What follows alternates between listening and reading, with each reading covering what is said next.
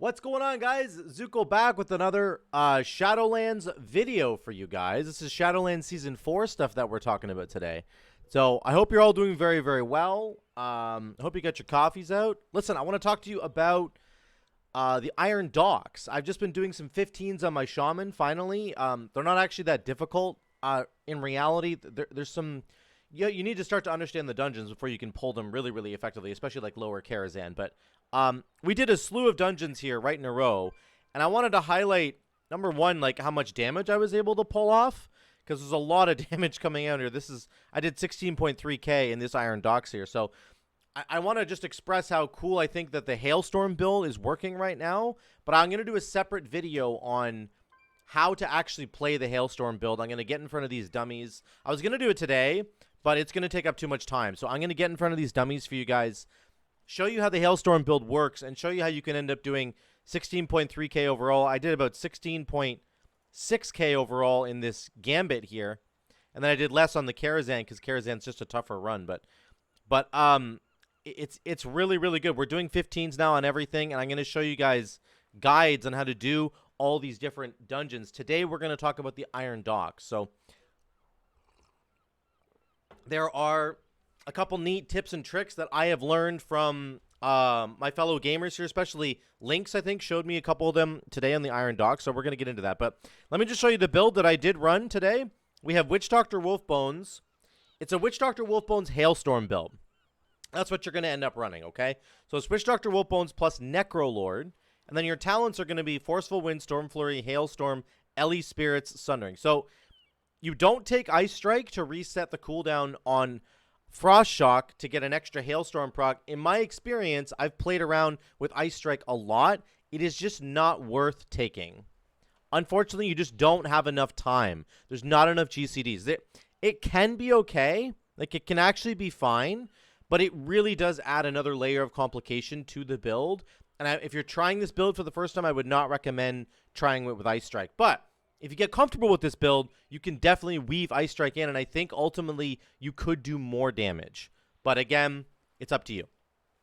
Conduits are the biggest and most important one is, of course, Chill to the Core. You have to have Chill to the Core because it makes your Frost Shock just generate a gargantuan number of Maelstrom weapon stacks.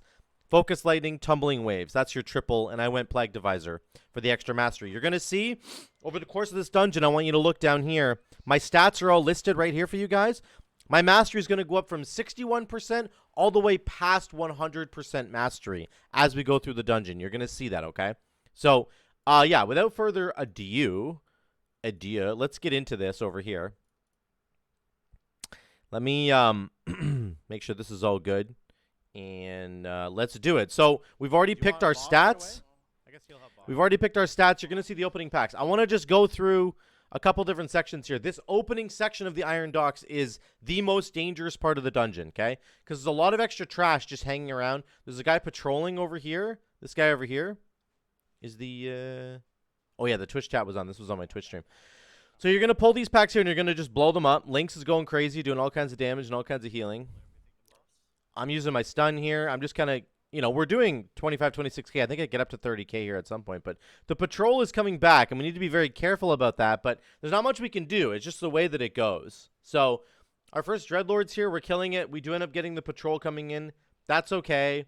It ends up not being a huge deal because we've got some good damage going up. But now we have to deal with Sanguine. And in this early section of the dungeon, dropping off Sanguine in kind of the right spot, kiting in the right direction is really important. So Xlynks is kiting back towards the beginning, the beginning of the dungeon, so that we don't pull any extra guys. And this is just a very, very nasty pull in general. So Xlynks and Fatman did a great job healing it. And you can see our damage by the end of this entire pull ends up getting up there right with the Shadow Priest, because this build provides a lot of, like, consistent damage. Like, a lot of the builds that I do, it's a Witch Doctor Wolfbones build. You're going to have wolves up all the time, consistently, and you're going to be doing high amounts of damage. You're never going to spike as hard as maybe some of the other builds, but you're still going to do lots and lots of damage. Excuse me. I actually do want to take a look quickly at how long were the wolves up. So I had the wolves up for 70% of this dungeon. 70%. Which is really, really good. Sorry, guys. Let me minimize that for a sec. Get my notes up over there. Okay, so let's skip ahead. More packs to kill. Again, you have to be very, very careful how you're positioning these packs, or else you might end up pulling more than you want to. They put a little puddle on the ground. It's like an oil thing. It will stun you, so be careful if you walk into that. Then the mini-boss is coming up here. So right around this corner is going to be the Dreadlord Mini-boss. He's right here. So he's spawning right there. So Lynx is going to pull him back a little bit over here because we don't want to pull this entire pack. This patrol is going to come in here in a second. I drop a stun here just to help out a little bit. And then we just get... Now, this is Blood Siphon. This is what you want to... He puts a shield on himself. If you guys haven't seen the Shrouded mechanic yet, the big mini-boss Dreadlord puts a shield on himself, and then he starts siphoning life out of all of us. So we need to break his shield and kick his Blood Siphon cast. So there, now it's kickable because we broke his shield. We have to kick that right there, and then it stops him from healing. Okay, otherwise he just he basically heals to full. So you gotta do well there. We actually probably could have popped Lust here. It is a fortified week. The Dreadlords do not gain any benefits from it being like fortified or tyrannical, but it would just be nice to blow up this pack really quickly with this boss. So anyway, we end up killing him, and you can see, watch my mastery at the bottom, guys. I'm at 79% mastery right now. Well, we're going to kill him, and I'm going to go all the way up to 90% mastery, 90.5. So already at this point in the dungeon, I'm hitting 90% mastery. My base mastery is like 68%. So just with these 6 stacks of the buff, I'm already at 90%. And mastery for Enhancement Shaman makes me do more fire, frost, and nature damage, which is all I'm doing with this build. I'm pressing Flame Shock. I'm spreading it around with Primordial Wave and Lava Lash. I'm pressing my big Lightning Bolt to give me my haste buff, and then I'm just pressing Frost Shock, and then Chain Lightning, and then Frost Shock, and Chain Lightning, and Frost Shock. It's all nature, fire, frost damage, so that's why I'm stacking mastery here. For this last range pack, Lynx decides to LOS them over here, okay? He wants us to all tuck in here to pull these guys, because they're drastically close to the boss, and you don't really want to pull the boss. So we end up pulling it over here. It's not a bad idea. It ends up working pretty much as he was wanting it to. Okay, and then we're going to kill this and get to the next boss, the first boss, sorry, which is Fleshrender Nok'gar. He's on his wolf here. This boss fight, if you haven't seen it, he basically just attacks the tank, and eventually the wolf and Nok'gar are going to separate, and there's fire arrows that rain down periodically. You just have to do not stand in fire. They do a lot of damage. Dreadfang, which is the wolf, will periodically charge somebody and do damage to them. So, okay, now they're split. There's fire arrows. Dreadfang is charging somebody. And the other big thing that Nok'gar does is he goes invulnerable with a shield, and you cannot attack him while he has the shield up, or you will get feared. You can purge the shield, however. So here it is, Reckless Provocation. If you attack him while the shield is up, you will get feared. Fat Man ends up purging this shield like right away as soon as it comes out. So he purged it like immediately. I can't even see the shield. So that was a really good purge by Fat Man there. I couldn't find my purge on my bars because I'm an idiot. I just haven't played Enhance in a couple days. So anyway, that's the whole fight. Burning arrows. The wolf's already dead, so we just have this guy now. Burning arrows, and he does this fear circle thing that you need to purge. If you don't have a purge, there is Reckless Provocation. If you don't have a purge, just don't do anything to him. Don't attack him. Don't taunt him. Don't do anything. And then for like after 2 seconds, his shield will drop off, and he will you won't get feared. So just be careful with that. This next section here, there's 2 big mini boss ogres up here. Okay. Lynx is going to grab them, and he's going to run into the bowling ball section, which is coming. See those things up there? See these big, like, huge rolling bowling balls here? We're going to activate these bowling balls, and we're going to run over, like, a bunch of the enemy forces here. And we're going to make sure we drag these ogres into the rest of the packs so that they get run over as well, because it's a one-shot on the enemies. So right here, you need to help keep your tank alive, because he's going to be getting Grievous stacks while he's trying to stack everybody up. The other guys are going to be getting into these bowling balls. I'm just doing some extra healing to make sure that everybody stays alive. And then I get into my bowling ball, which is the second one. So the first bowling ball goes off. You can see it there. It ran over a bunch of guys, and they're all dead. See, they died over here. I'm going to aim it here. there's only like a certain width that you can go. You can only go like a certain distance away. So you can't just like aim this wherever you want. So the tank has to line up these adds, and then I fire it off, and boom, boom, rolls over the adds, and you can see the percentage is going up. Enemy forces is going up there. We got 58% there. So this is a great way for you to save time in this dungeon. Gather as many enemy forces into this zone as you can and roll over them with bowling balls. What you could legitimately do is have the 3 DPS go to the bowling balls and have the tank and the healer run up here and try to grab as many adds as you possibly can, including the big ogres that are there, but also there's a pack coming up. There's a patrol pack right there. We could have grabbed that patrol pack. We don't actually need it for percentage, but anyway, it's just an idea of what you can do. Next, Xlynks has another really cool trick that he learned. In this next section, there's the cannon barrage happening from the ships, okay? The cannon barrage is happening, and you have to be very careful with that. What Xlynks does is he takes all these enemies and he pulls them out into the cannon barrage area. And he just stays out there while the cannon barrage goes off. And Fat Man heals him, and he pops a big defensive. And the cannon barrage from the ships is going to hurt the other enemies as well. It's going to hurt its own men. I can't go out there. I'm just trying to do damage from ranged. But this basically instantly deletes this pack by Xlynks just standing out there and tanking it all. So very, very cool strat. Make sure you use this, guys, in your dungeon. If your tank is ready to is tough enough and has a big cooldown ready to go, then they can just stand out there and take that damage. The rest of us can. Unfortunately, I didn't get to do any damage there because I'm a melee, but it doesn't matter. It just saved us like probably an entire minute of the dungeon. He does it again on this next pack when we round the corner. We round the corner, he pushes them out into the open, and he stands out here while the cannon barrage comes in. I have to back up here so I don't die to cannon barrage. We can see it doing damage right now. Boom, boom, boom. Those shells are all dealing damage to the enemies. So it's really, really good. It's a really quick way to burst through this section of the dungeon. And it honestly, between this section and the bowling ball section, it kind of makes this dungeon a little bit trivial because you can just, if you play it properly, you can save probably 5 or 6 minutes of time, DPS time, that you can just blow them up with anyway. So this last pack is a little bit tougher. You kind of want to pull them into the corridor and blow them up. And we end up doing good damage here. I'm going to skip ahead to the boss fight. Here's the next interesting strategy that Xlynks also employed. So on this triple boss fight, this is the Grimrail Enforcers, these 3 guys right here. You can stand out in their arena and fight them, or you can pull them into this corner. And Xlynks ends up pulling them into this corner, and he gets all the DPS to stack in the corner.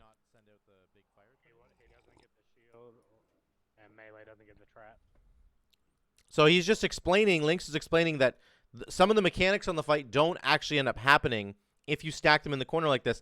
I really hope Blizzard doesn't like hotfix this or something because it was fun. But basically, you start the fight right in here, and as soon as he pulls the bosses in, the ranged people need to get out. Because one of the bosses, the Nessa Fox, is going to send that fire wave, right, that expands. That is something that goes towards ranged characters only, not towards melee. So right now, the priest, unfortunately, is standing in melee. So the big wave comes out here in a second. I keep kicking blow. There's the big wave. That ends up hitting me, and it ends up hitting the priest. So the priest figures out he needs to get out. So the priest gets out. Now we have it set up exactly the way we want it, but the priest, again, is standing too close. The next fire wave that comes out ends up hitting the priest again because he's just standing a little bit too close. So here it comes here.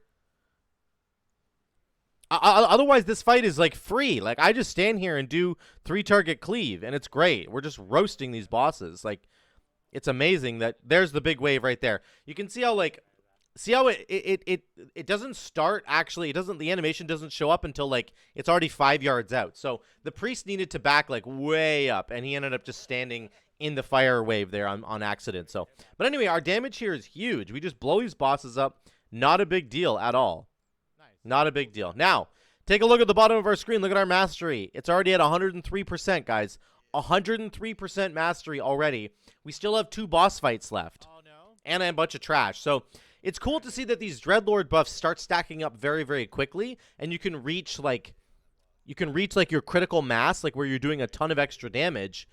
and it doesn't happen at the very end of the dungeon. It can happen like actually much quicker. So my lightning bolt, my chain lightning, my crash lightning, my sundering, my flame shock, my lava lash, and my frost shock are all doing 100% more damage. So the only thing that isn't doing more damage is my storm strike. So that's why this build is so cool and so fun, and the damage is really, really wild, because I'm getting a huge spread of damage, and it's awesome. I mean, you could do this as a Primal Lava Actuators build as well. It would work just fine. So last thing I want to talk about here before we get to the last two bosses is when you're going to kill these trash packs here. This last trash pack on the hill you're going to do, and then you can skip, actually. I'm going to get to that in a second.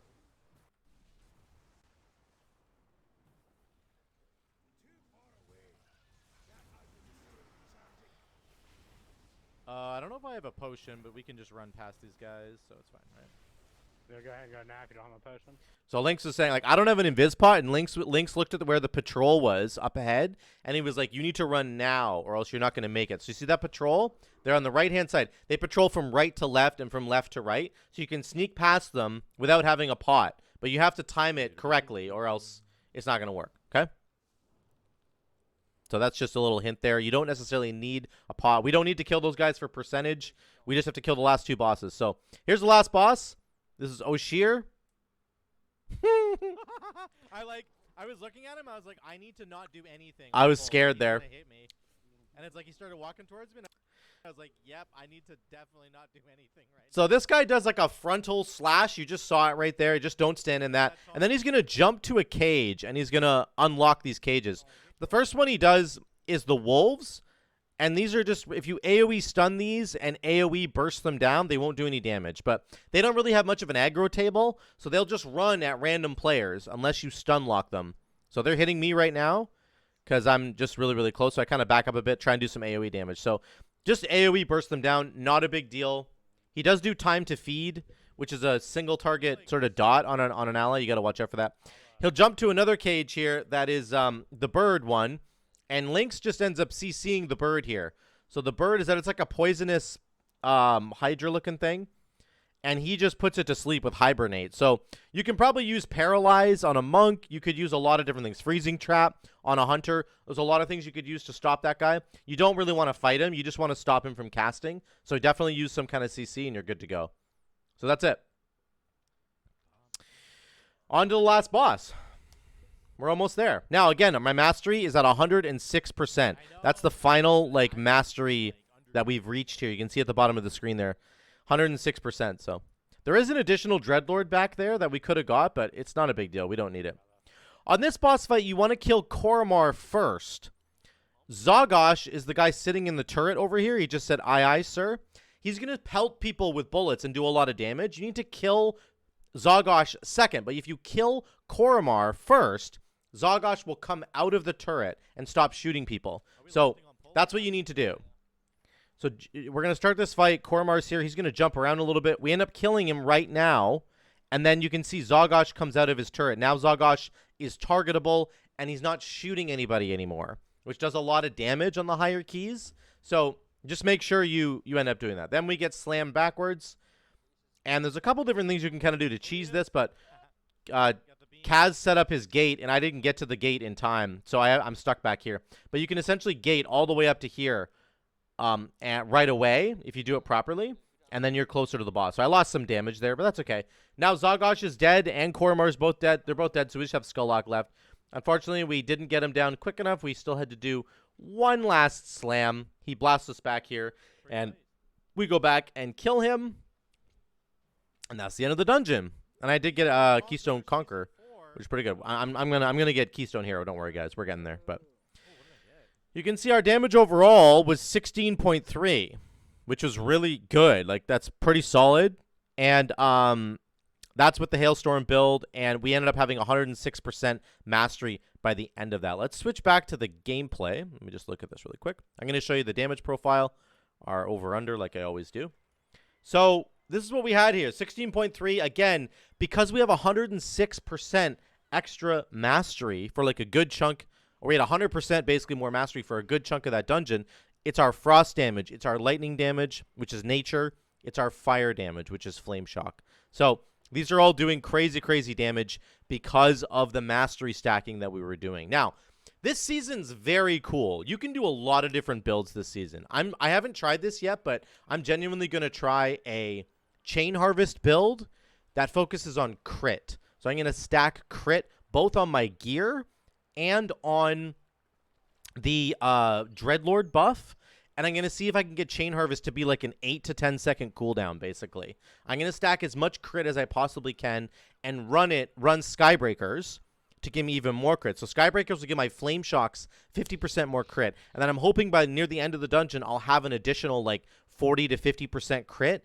And so my Flame Shocks will have 100% crit, and all my other spells will be critting all the time too. And I just want to see how it works. Maybe it's really, really cool, right? So that's another build you could do. But this build, guys, it works very, very well. You just press Frost Shock all the time when you've got the Hailstorm buff rolling. I'm going to show you guys a detailed breakdown of how to do this build in another video very soon.